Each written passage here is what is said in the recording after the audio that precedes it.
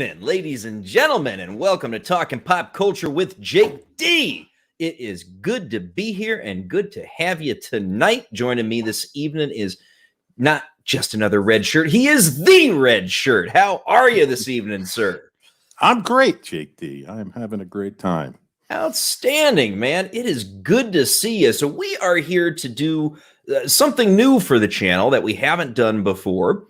And that is, we're going to talk about the first in a series of currently 11 science fiction novels written by Craig Allenson. Called the series is called Expeditionary Force, and the very first book in the series is called Columbus Day. So these the first novel was published not that long ago, back in 2014. And Allenson has published now 11 books in the main series, as well as 3 spin-off books. Well, 2 spin-off books and 1 novella. And they have also produced an audio drama that falls in between the 7th and 8th books. That was, like a 2.5 hour, kind of like Big Finish does for their radio Doctor Who audio dramas. Same concept. And the book series is about this guy named Joe Bishop, who is absolutely intentionally named because he's your average Joe. and the hijinks that he gets up to in the middle of a tens of thousands of years old intergalactic war. And because humans get roped into that. so Red Shirt was kind enough, when I proposed this idea a few weeks back, to pick the novel up and read it and join me for the review. And so I want to hear just first your general thoughts. One, I'm very glad you decided to read the book. So just a initial reaction to reading that first book, Red Shirt. Initial reaction. Well, my very first reaction, and you didn't mention that when he wrote this book, he was working full-time. Yes. And he was not a full-time writer. So he was writing this on weekends and evenings and holidays and vacations and stuff. Yes. And it is not edited. And it is grammatically, for me, it was an irritant that I kept tripping over, correcting the punctuation of sentences, which made it harder for me to get into the book. Mm-hmm. The book also starts kind of slowly. I will say you've got a lot of moving parts to bring to your attention and set up for you. And he doesn't want to he doesn't want to make you drink from a fire hose. So you do go a ways in the book before the major, one of the most significant characters that I've ever read in a science fiction story shows up. Yes. It's worth the wait to keep going and get there, because this is not going to be a we're doomed, this is not a cyberpunk story. And it's not going to be all about how a bunch of humans are the end of humanity at the hands of uncaring alien races where we're collateral damage in their war. It's not that. So once it really kicks into high gear, about halfway through, it's a thrill ride. Yes. It is a great story with a great pace after that. And in fact, it's just about breakneck. Yeah. And there are plenty of times where you go, there is no way they're going to pull this off. And they do. And it's plausible the way they managed to pull it off, because they have this one character. Yes. I'm not going to tell you what it is yet, but that's my first impression. It's worth sticking with until you get to the good part. And I'm already reading the second volume in the series. Yep. Yeah. I picked up the book series because my roommate had been suggesting it to me for, I don't know, a year, something like that. And finally, for some reason, I picked it up. and I finished all 11 books in about 5 weeks. Yeah. Because to your point, once it gets going, it just keeps going. Yes. And the action and the comedy is wonderful. Yep. It's a very entertaining book. Got to agree with your red shirt, though. I mean, the single biggest criticism has to be the fact that, particularly in the first book, to your point, he was writing it on weekends and vacations. It's completely self-published through Kindle. You can actually order a hardback from the author. They do have a stock, and he signs them and he'll send them to you. Just of the first book. Right. The rest of them are all in the ebook format on the Kindle store. And after he finished the second book, he then became a full-time author, and it gets better. There's still a few points where, like, Craig, just hire a fucking editor, dude. Yes. You know, strong arm one of your literate relatives to do it. I mean, right? Yeah, please. Yes. The issues that bugged you do get a lot better starting in the third book when he became a full-time author, because he could spend more time editing. I do have one other, and I know I mentioned it to you a while back, and I think you and I placed a different value on it. I mean, and I understood, once again, I think this is partly because when he wrote this book, he was a part-time author, but one of the reason that the initial attack occurs is that the alien race, the Ruhar, want to make Earth less attractive to their opponents, the Kristang. Yes. So they want to degrade the infrastructure technology of Earth so that the Kristang won't want it. And one character in the book says that Earth was like Guadalcanal in World War II. Yep. Neither side wanted to own it. They just wanted to deny it to the other side. Yes. So you have them coming in and attacking fuel storage, fuel refineries, and electrical plants, the electrical grid, and industrial sites. And having just lived through Texas's Great Freeze, let me tell you that if you take out that much of the grid, that much of the fuel supply, you can't pump gas without electricity or diesel fuel. When you can't pump diesel fuel, you don't have trucks. When you don't have trucks, you don't get food deliveries to grocery stores. And it took some of Austin's grocery stores 3 or 4 days to run out of food. Mm-hmm. The famine that would have resulted from that much damage, as was described in the book, would be the rest of the book. It would be an apocalypse. It'd be a post-apocalypse story. Yes. So the Kristang, my biggest gripe is the Kristang should have shown up right after humanity noticed the Ruhar. And then at least we did a little belt tightening over the winter in northern Maine would have been more believable. That's the biggest glaring hole that I saw in the book. The rest of it holds together very well. Yes. And the story, as I said, gets better as it goes along.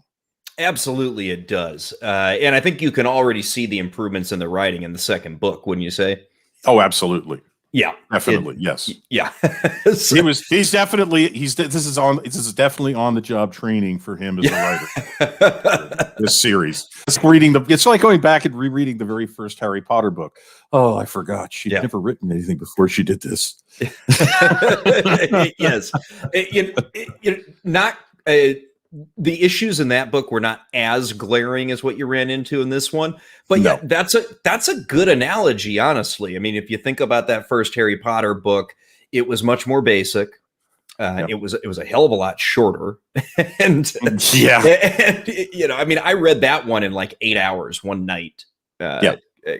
But in a similar vein, the story grabs you, and it keeps you in. Oh, I love the stories. Don't get me wrong. I love them, and I love the first 2 movies because, well, 2 reasons, and I don't want to get off on too much of the aggression.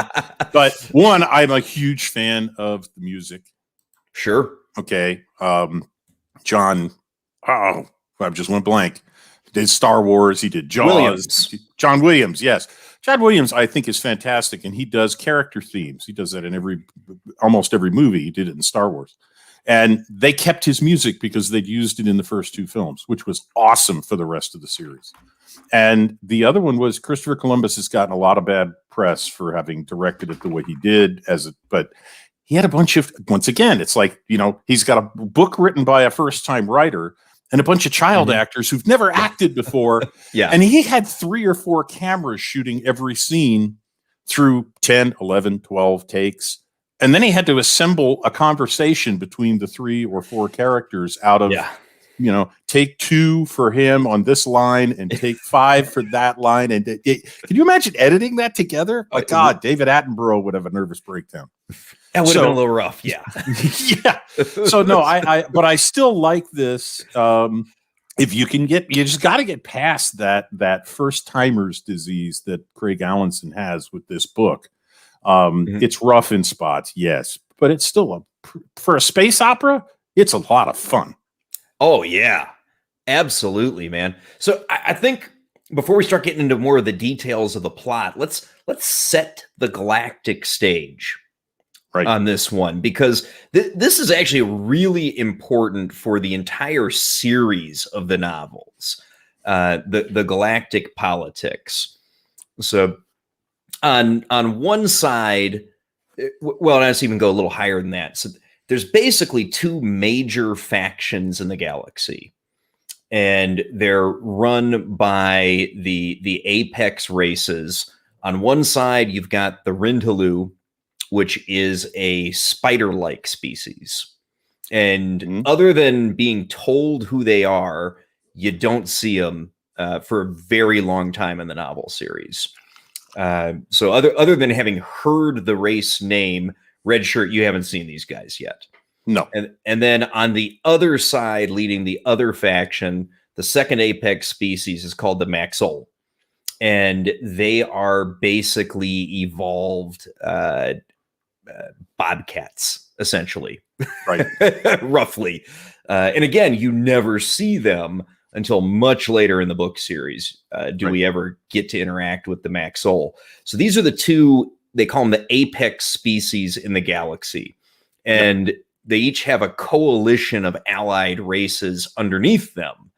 And there's tiers based essentially on technology level. Right. Yeah. So do you recall who kind of the major species under the Rindhalu were? No, I'm looking back at my notes, and the Rindhalu. Then there were the patrons of the was it the Max Holtz? No, that was the top. That's the top. Yeah. Top on the other side, yeah. Right. And then then there was underneath them, I forget, but they're the ones who transport the lizards all over the place. Yeah, so under the Rindhalu, the spiders, you've got the Giraffetha, which are like evolved beetles. And beneath the Giraffetha, you've got the Ruhar, which are like overgrown giant hamsters. And who are the original attackers of Earth, yes. Yes. And then on the other side, underneath the Maxol, you've got the chief client species that we interact with the most are the little green men, the Theranen. And they are in charge of the lizard people, the Kristang. Right. So how does do you recall the opening of the first book? So it's all narrated by Joe. Yes. And he starts out by what does he tell us about the Kristang just immediately? About the Kristang? Mm-hmm. I don't remember what he said about the Kristang because he had his run-ins with the Ruhar first, where he got his nickname. Yeah, Barney. Yes, the Barney guy. Yeah. So, well, it's basically like in the preamble. You remember he was setting the stage a little bit for the reader, and he talked about their allies, the Kristang, because they were fighting on the wrong side of a war they couldn't win. Right. And their allies they should really be fighting their allies, the Kristang. Yes. because humanity doesn't yet know why the Ruhar attacked or why the Kristang showed up to drive them away. So the Kristang initially looked like saviors to mankind. And it turns out it's a cookbook.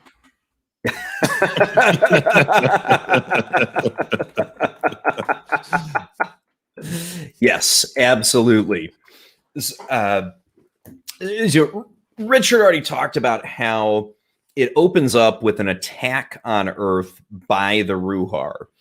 And we see this attack through Joe's eyes because he's our narrator and he takes us through the events, really, of all of the novels. With the exception of later on, you do get, every once in a while, you get a short perspective chapter from Skippy. You probably haven't seen those yet. No, not yet. Oh, I don't think they're a hoot, man. I'm sure they are. Skippy's what Skippy was putting in the second book. We was putting into the crew roster and stuff was hysterical enough. But yes. But he's how did I describe Skippy to you? We ready to introduce Skippy? You know what? Let's take him briefly to how Joe gets to Skippy. Okay. So the Ruhar, he's on a planet where the humans have been given the unenviable job of supervising the evacuation of the Ruhar from a planet that the Kristang have taken from them. And they're farmers basically. This has been very smooth. So when it first starts out, it's no big deal. But there are a few things. The Kristang have to ship all of the food for the humans from Earth to this planet. Without the Kristang, these people have nothing to eat. Yep. So they're there dealing with loading up and collecting up people from outlying cities, towns, villages, bringing them into the space station where they can be shipped off world. And everything is going fine until the Ruhar counterattack. And they attack the Kristang fleet off planet, and they retake the planet, and they are in force. Yes. So Joe is on a sightseeing expedition the day that happens, and he grabs the people he's out with, and they come back, and he finds a way for them to sneak back into the base facility and attack the Ruhar. He just wants to put a hurt on them somehow. Turns out they can do that. They wind up blasting a couple of their transports pretty much out of the air. And they get captured. Then basically when the Kristang come back, they get captured. Then the Kristang are holding them. Well, the Kristang want them to basically kill civilians. Yes. So rock in a hard place. He's after the assault, which is not the invasion, the assault that he helped fight off. He's out and he gets this order. He wants you to go and take 50 or whatever civilians from this town, take them out and shoot them. Yes. And he says, no, I won't do that. And the Kristang, of course, are infuriated and they shut off comms and basically they arrest him. And he goes to this prison. And the women are tortured and raped. Yes. And the men are simply held in solitary confinement until they can be hung. And the women are essentially promised that they'll be strangled when their time comes. So you're really getting a sense the Kristang really are the bad guys in this whole scenario. Yes. And when the big invasion happens, it blasts this compound. It doesn't kill everybody on it. So some of the prisoners are able to escape their cells, and they take out a couple of the Kristang, and they leave this base, where they are then essentially taken into custody by the Ruhar. So he's imprisoned by the Ruhar. He's been put into a storage room with 2 doors. And the Ruhar come in and bring him something to eat, whatever, through one door until one particular day after he'd been there just a little while, the other door suddenly clicks open. And he pokes his head around the door, and it's a storehouse. It's a warehouse, and it's full of stuff.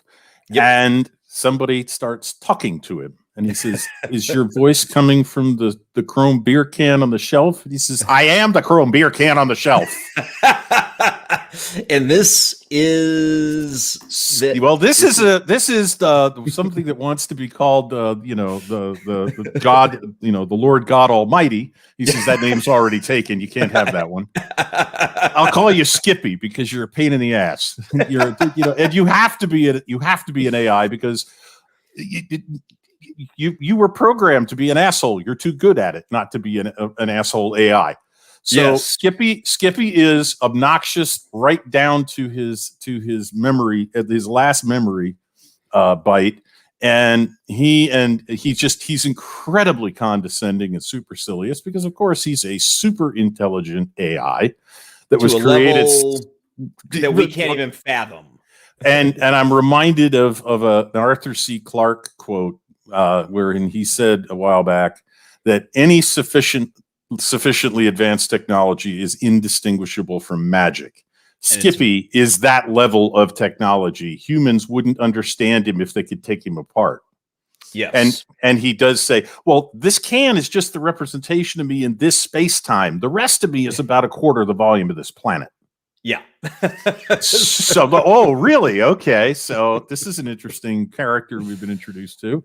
But he reveals that he's revealed himself to Joe because Joe is human and humans are not technologically savvy enough to understand faster than light drive. They're not technologically advanced enough to understand Skippy, so Skippy can talk to him. He can't reveal himself based on his programming to a race like a species like the Ruhar or the Kristang because they do have higher technology. And so he reveals himself to the apes, or then he decides they aren't even that smart. They're single-celled organisms like Paramecia. Yes. And that's where the crew patch that you saw in the thumbnail for this stream came from. They created this crew patch for themselves, but that's after they having found Skippy, he organizes an escape from the Ruhar. Yes. And so they get people out of the route. They basically get everybody out of the Ruhar base, out of their prison there, and they steal a Ruhar ship. Now that they have Skippy, nobody can see them because Skippy's in charge of all the sensor nets. Everything out to near space is Skippy's playground. It is under his control. Under his control. So Skippy is essentially nobody sees what he doesn't want them to see. No sensor system sounds any alarm he doesn't want it to sound. And they simply fly away because Skippy says, okay, we're going to take one of these. You got to get people. Then we're going to take one of these ships and we're going to fly out to a Kristang ship. We're going to take that over. We're going to go to a star carrier and we're going to board that and take it over. And he's like, wait a minute, back up. How the hell are we going to do these things? And Skippy says, well, I mean, I've got a plan, but I mean, he says, no, I understand what soldiers can do. You don't. You need to tell me what the plan is so I can tell you what might be wrong with it. And it turns out Skippy tends to forget things. While simultaneously reminding us that we must trust the awesomeness. Yes. Yes. I mean, he's an enjoyable character to read. He's fun to hear about, to talk about. Like I said, one of the most amazing characters I've ever seen in a science fiction series or any kind of a fiction series. He's a oneer. He's unique. Absolutely. And one of my favorite parts about the books is the banter between Joe and Skippy. Yes. Yes. Because Joe knows he's not in the same intellectual league. And I mean, Joe really isn't Joe's not even in the same intellectual league as some of the other humans he encounters. Yes. And we should also mention that when he first scored his military success against the Ruhar in their raid, yes, the Kristang want him rewarded. Now, and he gets a battle promotion. The U.S. military would reward somebody for that kind of bravery and forward thinking with a medal. Yeah. No, the Kristang don't want him given a medal. They want him made a general. Remember, he's a sergeant for real, and he knows platoon level tactics. They want to make a general, so the humans managed to convince the Kristang that's a different level of honor that we confer. We'll make him a colonel, so he's a full colonel, full bird colonel, Yes, and so Colonel Joe. Oh, geez. And to his everlasting credit, he realizes none of these people take me seriously. And that he's right, because he is a sergeant at heart. He would rather be a sergeant than a colonel. So he has that going for him. He doesn't have ideas of delusions of grandeur. And Indeed. It's great. But what's wonderful is that he does get his own back on Skippy occasionally, because again, Skippy is a bit absent-minded, and he doesn't get the details a lot of times. Exactly, he's not. Skippy is not detail-oriented. Once he thinks he's got a solution that adds up to the right number, he figures that's good enough. Mm-hmm. No, how are we going to do this without spacesuits? It's vacuum. It's going to be vacuum in the landing bay. How are we going to get from the ship to the door of the landing bay without spacesuits? I never thought of that. And that's literally something that Skippy did say. It's like I never thought of that. I was like, okay, well, how do we do that? Yes. So it turns out to be, as uneven as it is, it does turn out to be a partnership, which is great. Because where Skippy is intelligent, Joe is clever. Yep. And Joe has common sense. Indeed. Yeah. And so Mary, no, Skippy does realize that Joe thinks his name is condescending. But Skippy is far too advanced to be insulted by us dumb monkeys. Right. Exactly. He just, because Joe doesn't give him any choice. He says, I'm going to call you Skippy. Yeah. and so Skippy eventually gets into it. Well, it's a spoiler for the next book, but Skippy does come to accept that, he is the way he is, and they have a point. So, he's a fascinating character, and he has goals, and he has hopes and aspirations, and this is all going to come out that it's going to be a you scratch my back, I'll scratch your back situation. He will help the people get back to Earth. Just this small crew of people that escaped together, and they're volunteers from a base they collected, and then they all get in this ship, and they steal another ship, and then they steal another ship.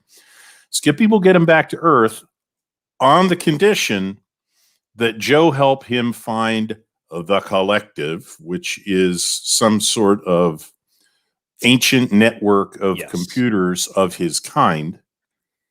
And he can't contact where he's been buried on the planet of paradise. Right. He needs the equivalent of a radio to contact them. Now, he knows where he can get one, and he can get a wormhole controller, because nobody in this universe has the ability to travel across the galaxy with just a ship. This isn't Star Trek. They don't have warp 8 drive. Okay. They don't have warp drive. So they have to do very short hyperspace jumps, because they'll burn out their engines if they try and go farther. And it takes so many small hops to get anywhere that they need wormholes, and there's a whole network of them created by the ancients, the original alien race that has disappeared. The same beings that created Skippy.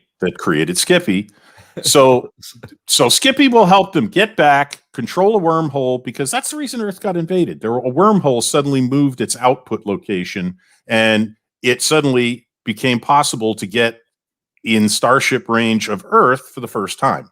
Yes. So to save Earth, they got to shut down the wormhole. To do that, they got to get Skippy's help. To do that, they got to help him find the collective. Now, there's your mission for the first book. Indeed. And something to understand about Skippy is he eventually assigns himself a rank in the crew on the ship that they assemble. and this is his rank right here, asshole first class. and he deserves that rank. He does. He works at it. Yes, he absolutely earned that rank, every last bit of it. But it's fun, and that's one of the chief things to take away about this book and this entire series of novels is they are fun, and Yes. the story is good. The characterization is people that you connect with.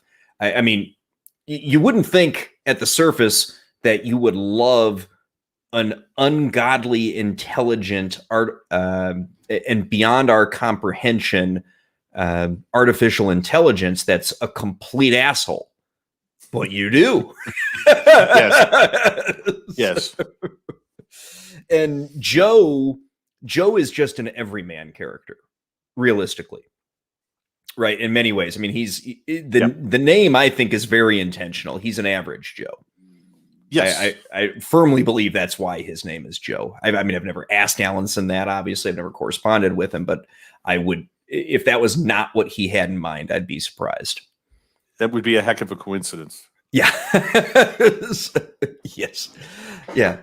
So, I mean, and this is now, there's 11 published books in this series now, Redshirt. Yep. The 12th is coming out in June. And he's got it mapped out. Everything is planned to conclude in the 15th book. All right. And he puts out one every 6 months. So no George R.R. Martin problems with this author. No. That's still high output for pretty much any author. Oh, yeah. Yeah. Yeah. This guy, he once he went full time as an author, he turned into a machine. Yeah. This is his job. He takes it seriously. And he's been just pumping out these stories, and they're fun. And they are funny. I mean, oh yeah. Skippy, Jake, you're right. I mean, the some of the dialogue between Skippy and Joe is hysterical. Let's see. Trying to see if I have any highlighted this. Yeah, that's that. Jail. It's got to find it here. Yeah. So yeah. Chapter 10, Skippy. Okay. Me. Here, I'm the shiny cylinder on the shelf. I unlock that door. You are? You mean you're talking to me through a speaker in that thing? No, I am that thing. I'm what you monkeys call an artificial intelligence. My note was an AI with megalomania and a penchant for L. Frank Baum's Wizard of Oz. What is it with robots is comic relief? Now, at this point in the story, this is where I do my best Jerry Colonna impression and quote the Bob Clampett cartoon. Something new has been added. Yeah. Because this is a huge change in the story. Massive. And it's the critical component of the entire novel series, really. Yep. Or another example dialogue. You must be sentient in there because nobody would program a computer to be such an asshole. Yeah. So the key to passing your Turing test is to be a jerk. A Turing test is, I know what a Turing test is. I'm not stupid. Silence. Skippy again. That was a dramatic pause to give you time to contemplate the questionable truthfulness of your last statement. That's it. That's just hysterical. So, yeah. And what's really great about these books, Geek Tropology, is if you have Kindle Unlimited, they're all available to you through your Kindle Unlimited subscription. I'm not sure what they're priced in Ecuador, but in the States, the first one is $3 and the rest of them are like $7. So they're not expensive. And again, if you got a Kindle Unlimited subscription, you can just read them all. You don't even need to. Exactly. Yeah. And I know for myself, I didn't actually even have to pay anything for the first book. I think it was just available with my Prime. Yeah. Because I don't have unlimited, and it just let me read it. So, you know? Oh, one other thing I want to point out about Skippy. I quoted this, highlighted this. Skippy says, "Seriously, I haven't had anyone to talk to since before your species was living in trees and eating lice from each other's fur." Yeah, that was what, last week? All that time alone, I may be kind of kooky. Kooky, Joe says. My diagnostic system indicates a 23% chance that I've gone a bit insane. Yeah. And my note was, oh, come on, Joe should be calling him Hal. I'm sorry, Dave. I'm afraid I can't do that. Yes. Yeah. So he's got a potentially slightly insane, incredibly intelligent AI here. And this is you find all of this out about Skippy in the first few pages of the chapter in which he's introduced. Yes. So yeah, he's a very, he's a fascinating character.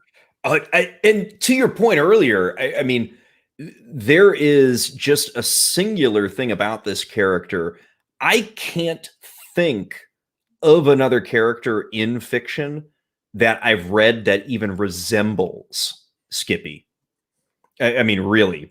And Apolemi's Minion is asking if you can get physical copies. You can get a physical copy, a hardback of the first book.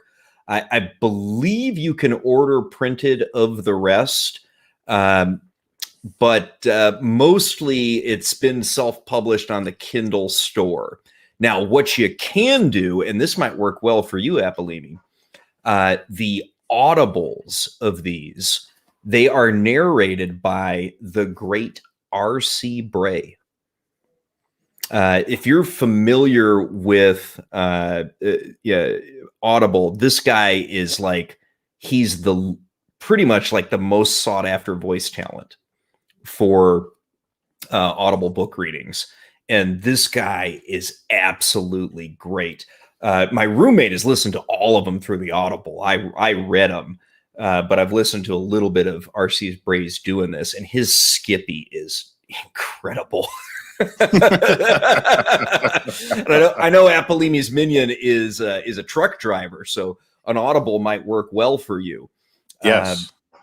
The popularity. So R.C. Bray actually reached out to Craig Allenson to be the person who did the Audible book. So it wasn't Allenson trying to find this guy. So Bray ran into the novel on his own and read it and loved it and wanted to do it.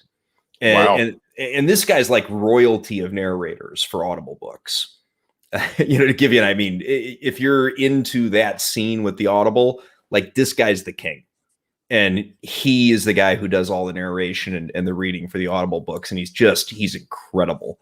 And they actually had him do the voice of Skippy in the audio drama that they did. It's considered book 7.5. You got to get it from the Audible store. It's the only place you can get it, unfortunately.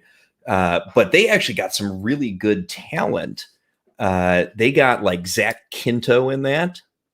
They got Janeway. Oh, really? I mean, like a lot. The actors are all people you know, but R.C. Bray remained the voice of Skippy in that. So it's, I mean, shockingly, he wrote it just to be this audio drama, and they got a lot of, I mean, I guess I'd say B-level talent to do the portrayals, which is not bad. No, it's not, especially for such a new author. I mean, he's got a few, been started a few years ago and has mainly one series in development. Yeah, that's impressive to get that by book 6 and have that inserted between 6 and 7. Between 7 and 8. It's 7 and 8. Okay. Yeah, it's considered 7.5. Missed it by that much, Chief. Yeah, so at the end of the day, though, more than anything else, what I'd like to impress anybody who's listening to this, either now live on the stream or maybe on the replay later, if you're searching for this, is these books are well worth your time. They're well worth your money. You're going to enjoy the shit out of them. Richard, how far are you through the second book now? probably 15, 20 pages into the second book, but Okay. it's going faster. Yeah. I think it took me less than an hour to read the first. I mean, maybe half an hour to read the first 20 pages. Yeah, and it's just going to continue to accelerate, man. You're gonna bang through these. Yeah. Yes, I expect so. But yeah, we have spent a lot of time in the Fandom Menace talking about a need for new IP, fresh ideas, a new franchise that we can latch onto and enjoy that hasn't been touched by the crazy people that have just been coming through and destroying beloved franchises like Star Trek, Star Wars, Doctor Who, Marvel, Warner Brothers, whatever it is, you name it, right there. The corporate forces are just perverting a lot of those stories that we grew up with and we've loved for most of our lives. This is one of those new IPs that we should embrace. Because I'll tell you what, this would make an amazing TV show. It would. It would make a fantastic TV show. Yeah, absolutely. Just don't let the Syfy channel do it. Hopefully not. Yeah. It's, if Amazon or Netflix or somebody picked this up, this could be turned into a wonderful television program. And this could fall into a prestige TV line. And you could pump out one season of television for each novel in this. And you could have a franchise of television for the next 15 or 20 years, just adapting this series of novels. And if you stayed true to what is on the page, you could have greatness. This is as adaptable as Hitchhiker's Guide to the Galaxy and Red Dwarf. Probably even more than Red Dwarf. Absolutely. The only downside is they'd need a fairly halfway decent budget, because setting this in a quarry like the old Doctor Who isn't going to work. They're going to need locations. They're going to need sound stages. They're going to need some CGI to do this.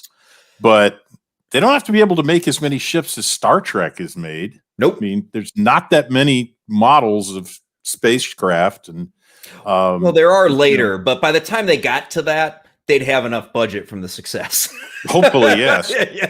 For starters, they need a couple.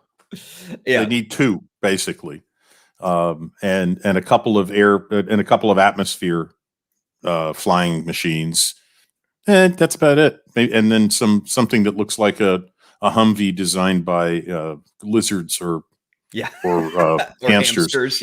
Right. Just so long as it doesn't look like a Kia Soul. Please no. All right, man. So overall, give me a score out of 10 for Columbus Day. The first half of the book being slow, and my issues I've already talked about being my issue with it, I would give the book overall a 6.5. Okay. No, that's fair. Room to improve, but not a bad story, and definitely grabbed a hold by the middle, and it kept me going right to the end. There you go.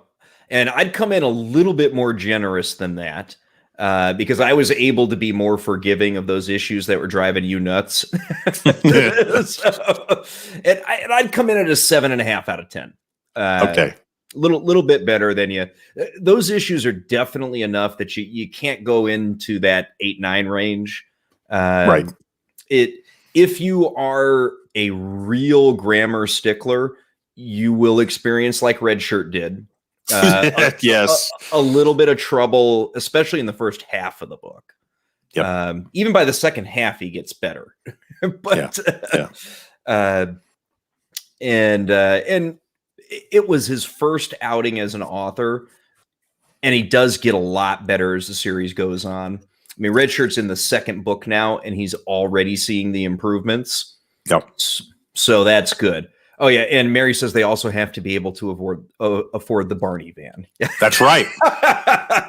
They need a van with a purple dinosaur painted on both sides. And a plush one mounted on the front. Yes. Yes. Needs a hood ornament. Plush Barney hood ornament. Absolutely. Smuggled all the way from Earth. Yeah. Yeah.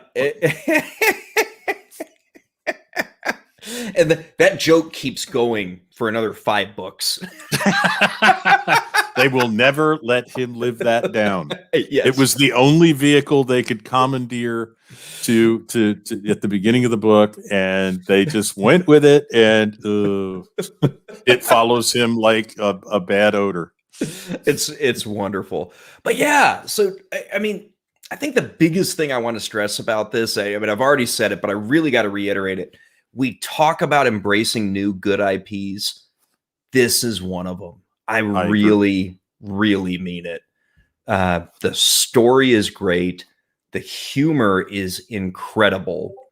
And yes, the writing's a little bit rough in the first book, but it gets, by the time you get to the third book, it's reasonably strong, and as you'd expect from a professional writer, which he is at that point.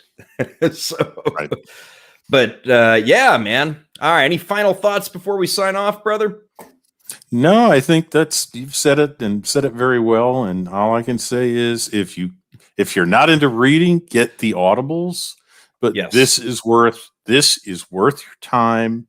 And instead of going back and rewatching a great old movie for the 37th time or the 350th time, this is something new. And the Audible ought to be amazing. And you can go at that route. I have a Kindle, so I'm getting it on Kindle for each volume. Me too. Because I can't take notes on an Audible, but I'm taking notes on the Kindle as I read it. And it's a fantastic book, and I think it's going to wind up being a really good series if he can come up with a good ending, because he came up with a good ending for the first book, which is a good sign. He didn't punt or cop out. Good news on that. Mm-hmm. He planned his entire story. Oh, he's not Stephen King? That's great news.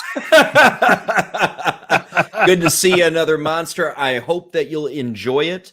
And again, if you're not the reading guy, get the Audible, man, because R.C. Bray is amazing on the Audible version of this.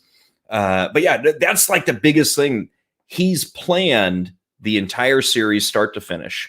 He's got all of his major plot beats already outlined, and everything's ready to go. That's one of the reasons why he can crank the books out so fast. Yeah, because he's already got an outline of the next story. Exactly. He's just got to fill in the details. Right. Yeah. All right. Well, thank you, everybody, for tuning in. I hope that you enjoyed us talking about this. And again, I cannot stress enough, this is one of those new IPs to go and grasp and love and hang on to. It's really, really fun. Again, thank you for popping in, listening to us jabber on about a book that you haven't heard of yet. I hope that you pick it up. Several of you in the chat have said that you will.